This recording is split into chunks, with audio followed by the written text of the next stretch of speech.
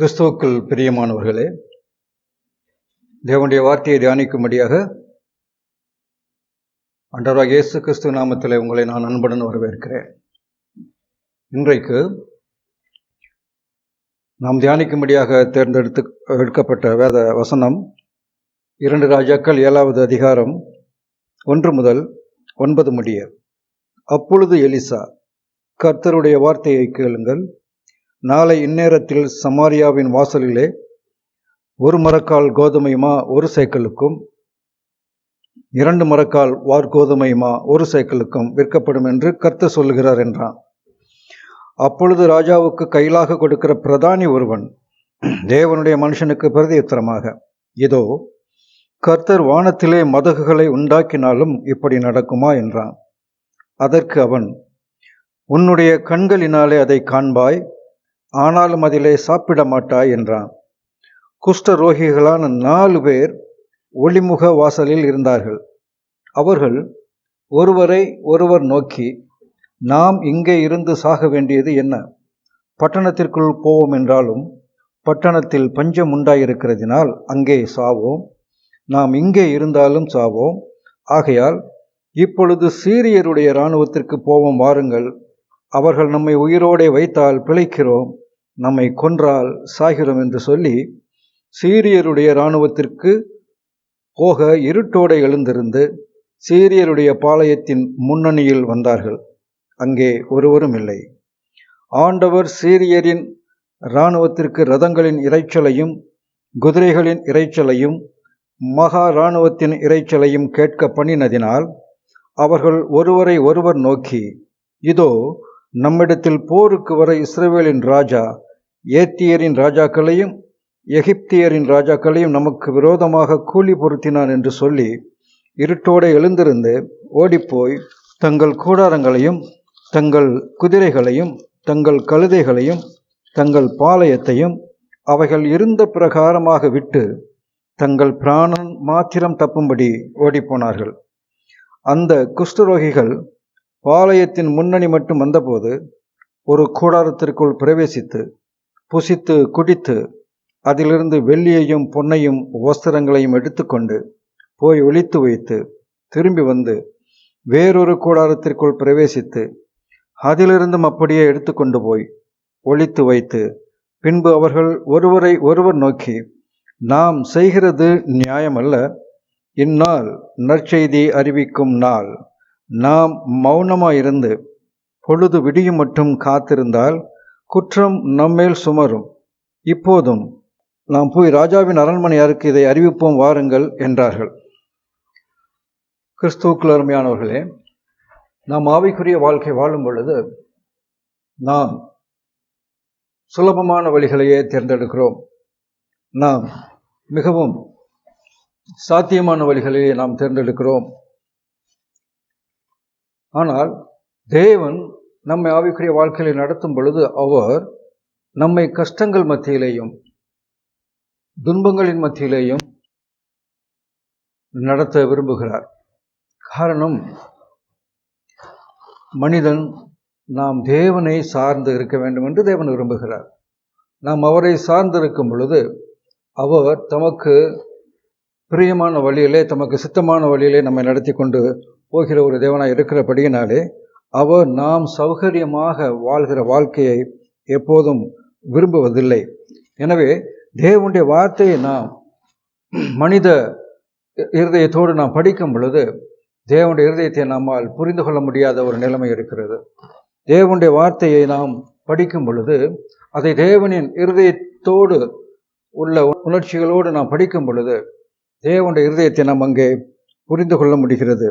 பிரியமானவர்கள், இன்றைக்கு நாம் படித்த இந்த 2 ராஜாக்கள் 7ஆம் அதிகாரம் 1ஆம் வசனம் முதல் 9ஆம் வசனம் முடிய உள்ள பகுதியிலே தேவன் எப்படி இந்த கொடிய பஞ்சம் உண்டான சமாரியா தேசத்திற்கு இரட்சிப்பை கட்டளையிட்டார் என்பதை குறித்து நாம் பார்க்கிறோம். அருமையானவர்களே, இங்கே நாம் பார்க்கும் பொழுது இங்கே எலிசா தீர்க்கதரிசி அவர் தேவனுடைய வார்த்தையை சொல்லுகிறார். என்ன சொல்லுகிறார்? கர்த்தருடைய வார்த்தையை கேளுங்கள். நாளை இந்நேரத்தில் சமாரியாவின் வாசலிலே 1 மரக்கால் கோதுமையுமா 1 சேக்கலுக்கும் 2 மரக்கால் வார்கோதுமையுமா 1 சேக்கலுக்கும் விற்கப்படும் என்று கர்த்தர் சொல்லுகிறார் என்றான். இது தேவனுடைய வார்த்தையாக இருக்கிறது. கொடுமையான, மிகவும் கொடூரமான பஞ்சத்தினால் பாதிக்கப்பட்டிருக்கிற இந்த சமாரியா தேசத்திலே ஸ்திரீகள் இன்றைக்கு உன் பிள்ளையைத்தா நாளைக்கு என் பிள்ளையை சமைத்து உண்போம் என்று சொல்லும் அளவிற்கு மிக கொடிதான பஞ்சம் அங்கே வந்திருக்கிறது. ஸோ இப்படிப்பட்ட பஞ்சத்திலிருந்து தேவன் இந்த சமாரியா பட்டணத்துக்கு இரட்சிப்பை கட்டளையிட சித்தமுள்ளவராக இருக்கிறபடியினாலே எலிசா தீர்க்கதரிசியின் மூலமாக அவர் இவனமாக சொல்லுகிறார், நாளை இந்நேரத்தில் சமாரியாவின் வாசலிலே 1 மரக்கால் கோதுமையுமா 1 சேக்கலுக்கும் 2 மரக்கால் வார்கோதுமையுமா 2 சேக்கலுக்கும் விற்கப்படும் என்று கர்த்தர் சொல்லுகிறார் என்றான்.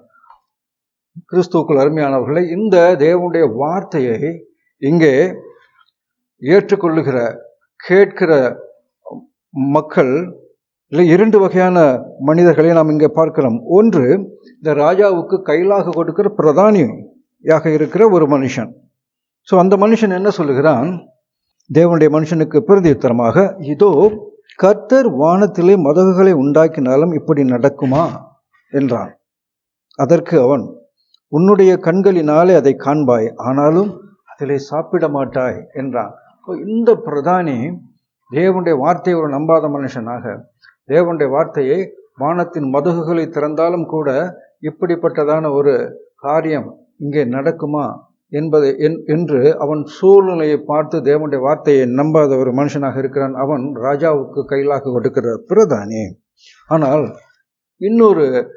இன்னொரு வகையான மனிதர்களை நாம் அங்கே பார்க்கிறோம். அவர்கள் குஷ்டரோகிகள். 4 குஷ்டரோகிகள் இந்த சமாரியா பட்டணத்தின் ஒல்லிமுக வாசலிலே அவர்கள் காத்து கிடக்கிறார்கள். அவர்களுக்கு பட்டணத்திற்கு உள்ளே போனாலும் அங்கே அவர்களுக்கு ஆகாரம் இல்லை. பட்டணத்துக்கு வெளியே போனாலும் அங்கே சீரிய இராணுவம் சமாரியா பட்டணத்தை முற்றுகை போட்டிருக்கிறதை நம்மால் பார்க்க முடிகிறது. பிரியமானவர்களே, நாம் இந்த குஷ்டரோகிகளைப் போல எப்படிப்பட்ட மனிதர்களாக இருக்கிறோம் என்றால், இந்த குஷ்டரோகிகளைப் போல நாம் அழுக்கானவர்களாக, பலகீனமானவர்களாக, எதற்கும் உதவாதவர்களாக, பஞ்சத்திலே நாம் பாதிக்கப்பட்டவர்களாக, எந்த ஒரு வழியும் நமக்கு முன்பு இல்லாதபடி எப்படி அந்த சமாரியாவின் வாசலிலே அவர்கள் காத்து கிடந்தார்களோ அப்படியே நாமும் இருக்கிற மனிதர்களாக நாம் இருந்து கொண்டிருக்கிறோம். எனவே அருமையானவர்களே, இங்கே தேவன் அப்படிப்பட்டதான சூழ்நிலையில் இந்த சமாரியா பட்டணத்துக்கு எப்படி இரட்சிப்பை கொண்டு வருகிறார் என்பதைத்தான் நாம் இங்கே பார்க்கிறோம்.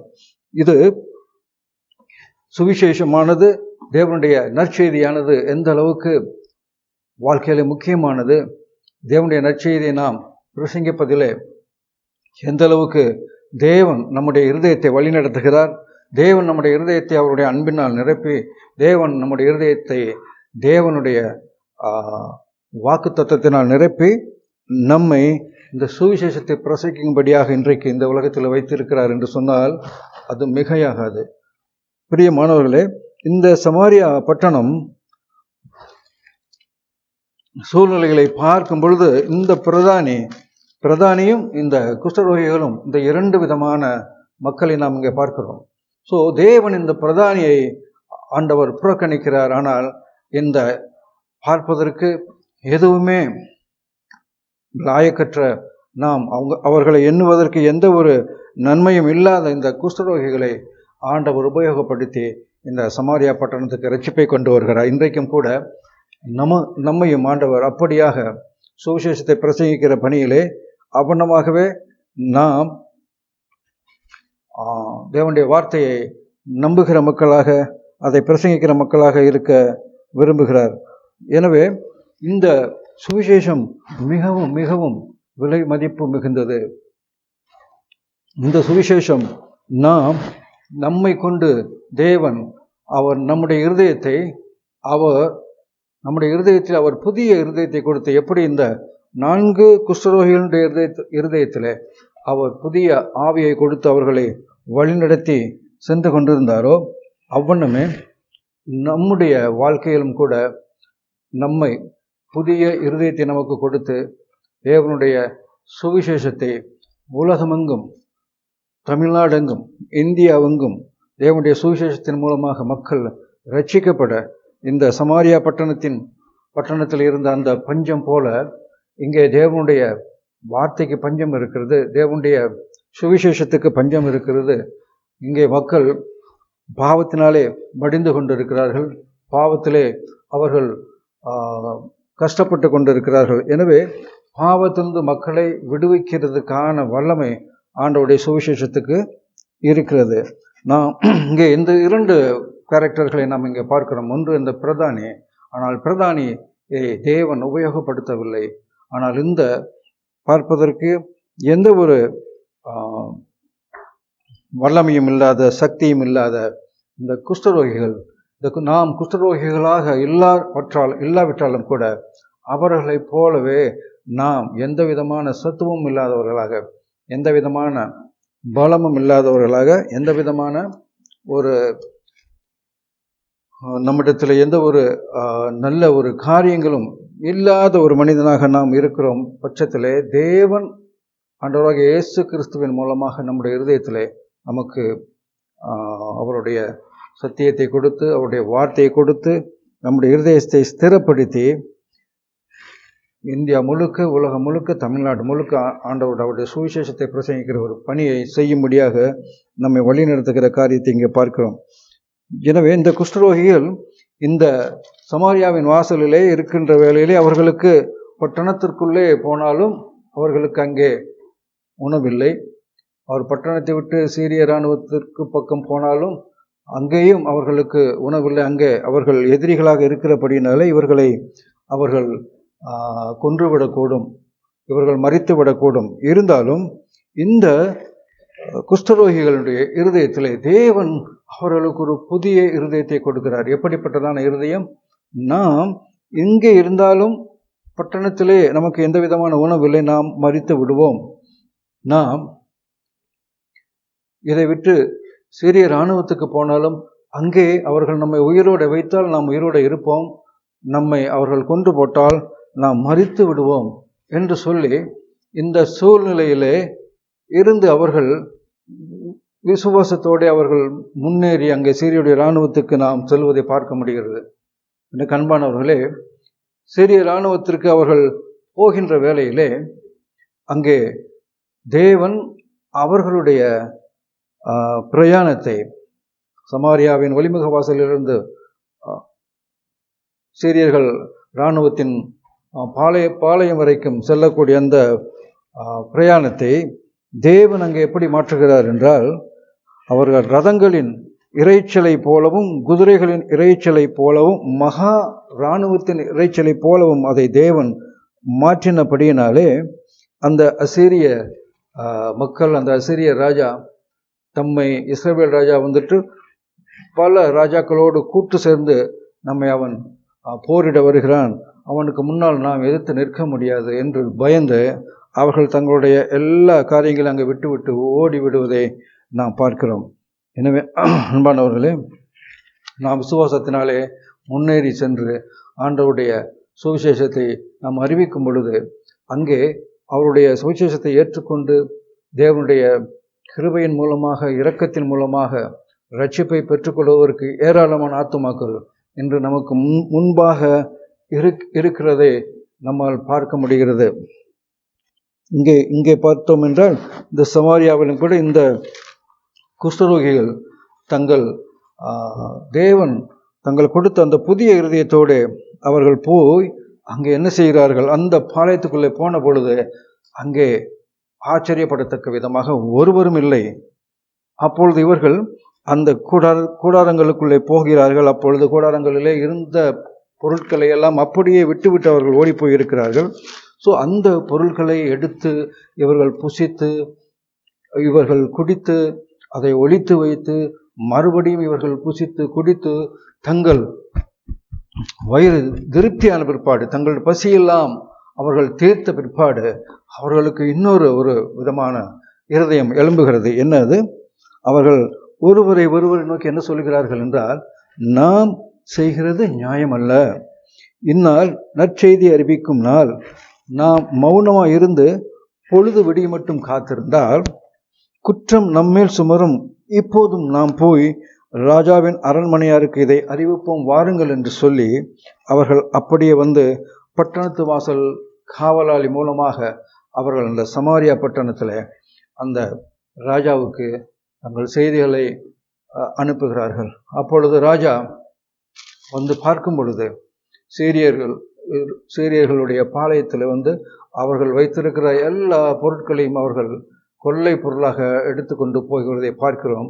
எப்படி எலிசா தீர்க்கதரிசியின் வாயிலிருந்து வந்த அந்த வார்த்தை, கர்த்தருடைய வார்த்தை கேளுங்கள், நாளை இந்நேரத்தில் சமாரியாவின் வாசலிலே 1 மரக்கால் கோதுமைமா 1 சேக்கலுக்கும் 2 மரக்கால் வார் கோதுமைமா 1 சேக்கலுக்கும் விற்கப்படும் என்று கர்த்தர் சொல்லுகிறார் என்று சொன்னபடியே அந்த காரியம் நிறைவேறினதை நாம் பார்க்க முடிகிறது. பிரியமானவர்களே, இந்த சமாரியா பட்டணம் அந்த பஞ்சத்திலிருந்து ரட்சிக்கப்பட்டது.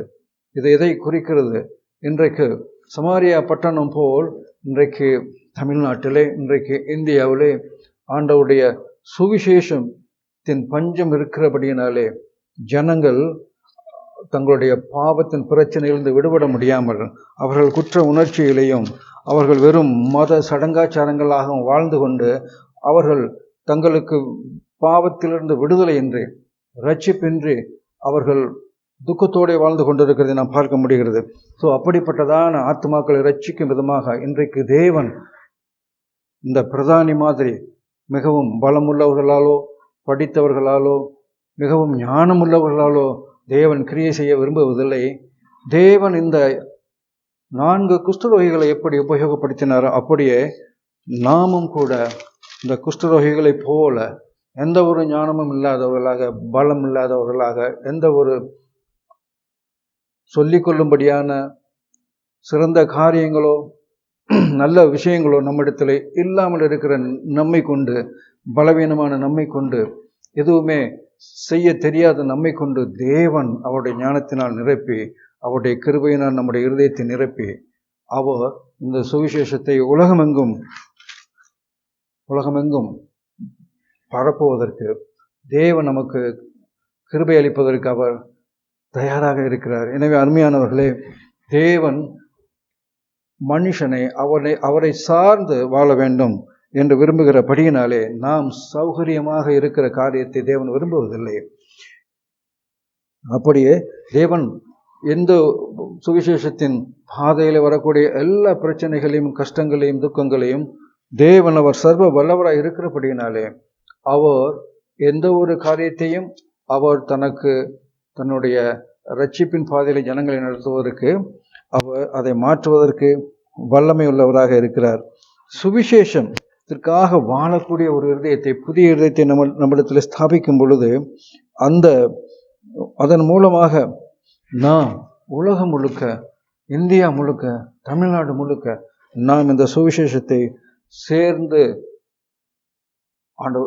அதை பிரசங்கிக்கிற மக்களாக, அந்த நற்செய்தியை அறிவிக்கிற மக்களாக நாமும் கூட இந்த 4 குஷ்டரோகிகள் எப்படி தங்களுடைய இருதயத்தில் இன்று நற்செய்தி அறிவிக்கும் நாள் என்று சொல்லிய பிரகாரமாக அவர்களுக்கு அப்படிப்பட்டதான ஒரு இருதயத்தை தேவன் கொடுத்திருந்தார். இன்று நற்செய்தி அறிவிக்கும் நாள் நாம் மௌனமாயிருந்து பொழுது விடிய மட்டும் காத்திருந்தால் குற்றம் நம்மேல் சுமரும். இப்போதும் நாம் போய் ராஜாவின் அரண்மனையாருக்கு இதை அறிவிப்போம் வாருங்கள் என்று சொல்லுகிறதை நாம் பார்க்கிறோம். எனவே இன்றைக்கு ஆண்டவருடைய சுவிசேஷத்தை அறிவிப்பதிலே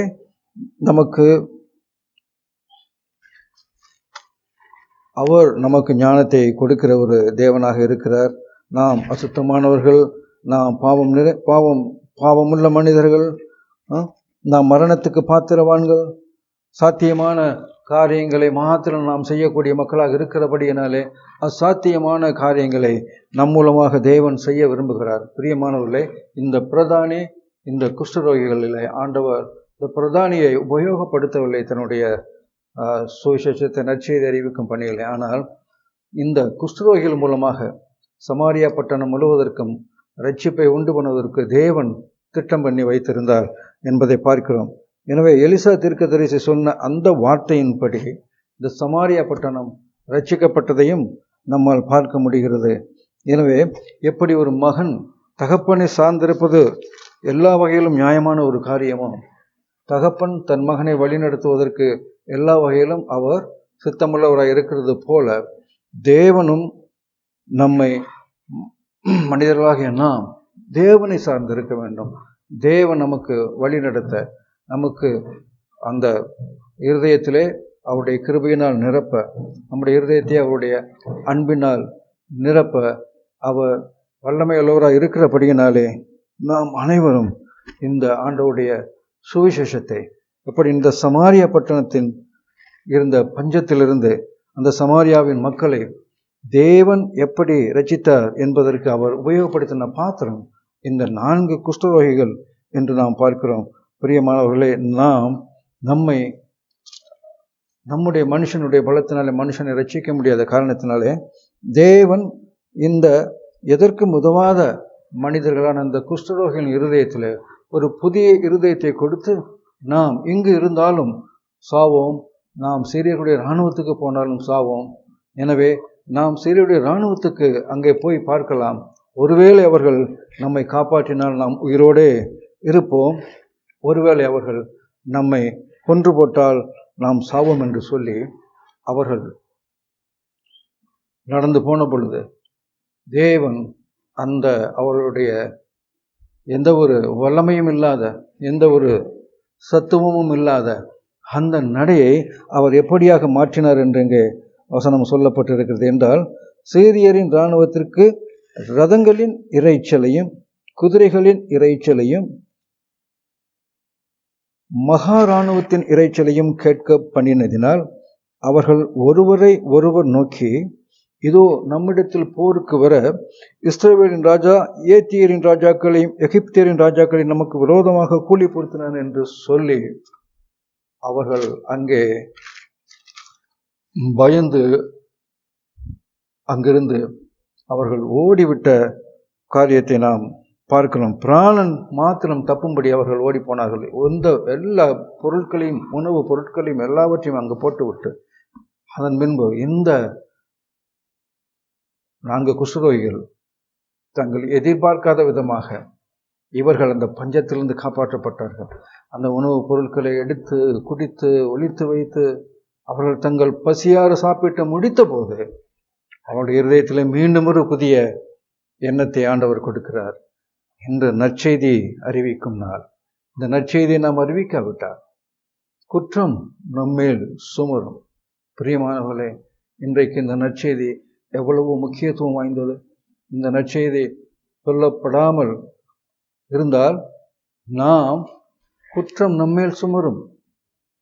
நாம் மௌனமாக இருந்து பொழுது விடிய மட்டும் காத்திருந்தால் குற்றம் நம்மேல் சுமரும்.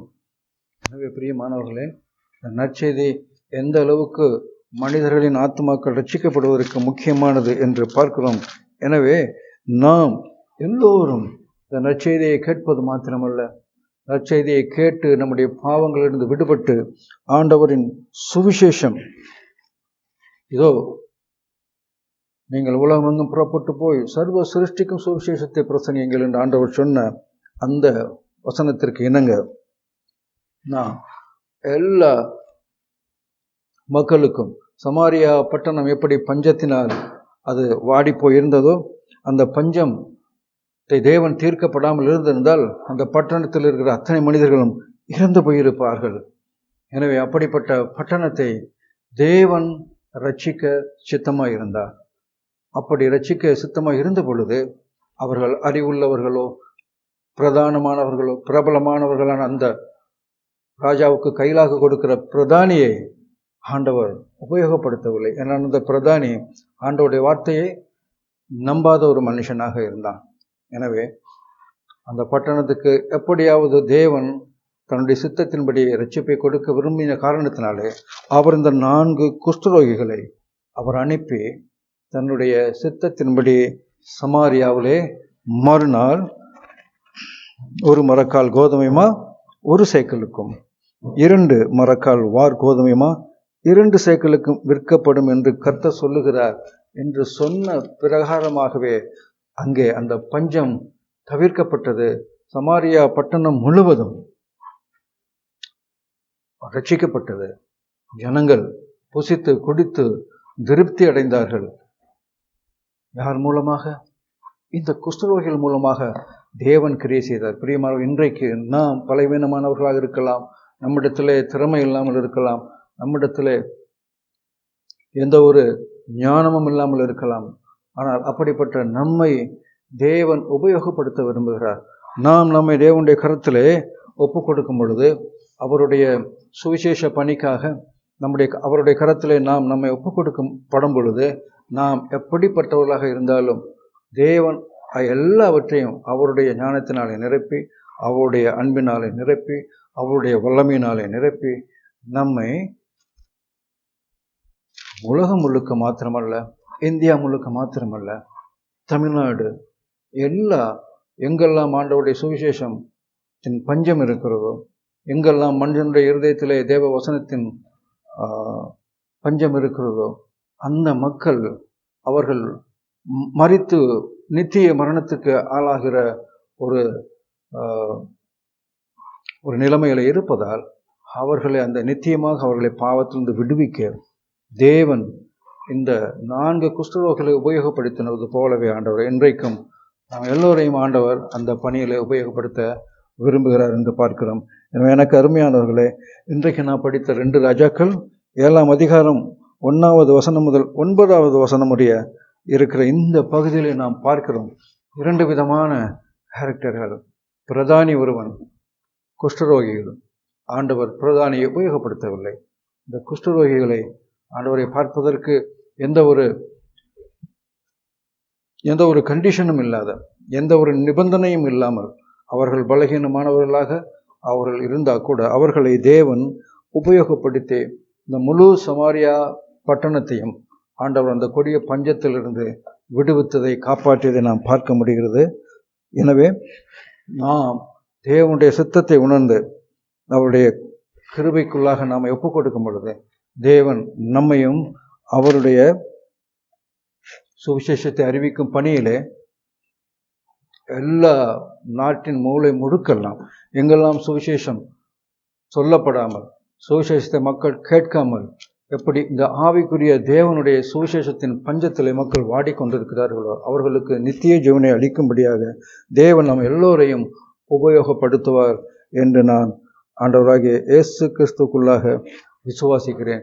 நீங்களும் அப்படியே விசுவாசிப்பீர்களே ஆனால் இன்றைக்கு இந்த தேவ வசனத்தின்படி நாம் எல்லோரையும் ஆண்டவர் உபயோகப்படுத்த வல்லவராய் இருக்கிறார். எனவே நாம் எல்லோரும் ஒரே சிந்தையோடு ஒரே மனதோடு ஆண்டவருடைய இந்த இரட்சிப்பின் சுவிசேஷத்தை ஜனங்களுக்கு சொல்லுவதற்கு நாம் முன்னெடுத்து செல்லும் பொழுது, எப்படி எந்த நம்பிக்கையும் இல்லாமல்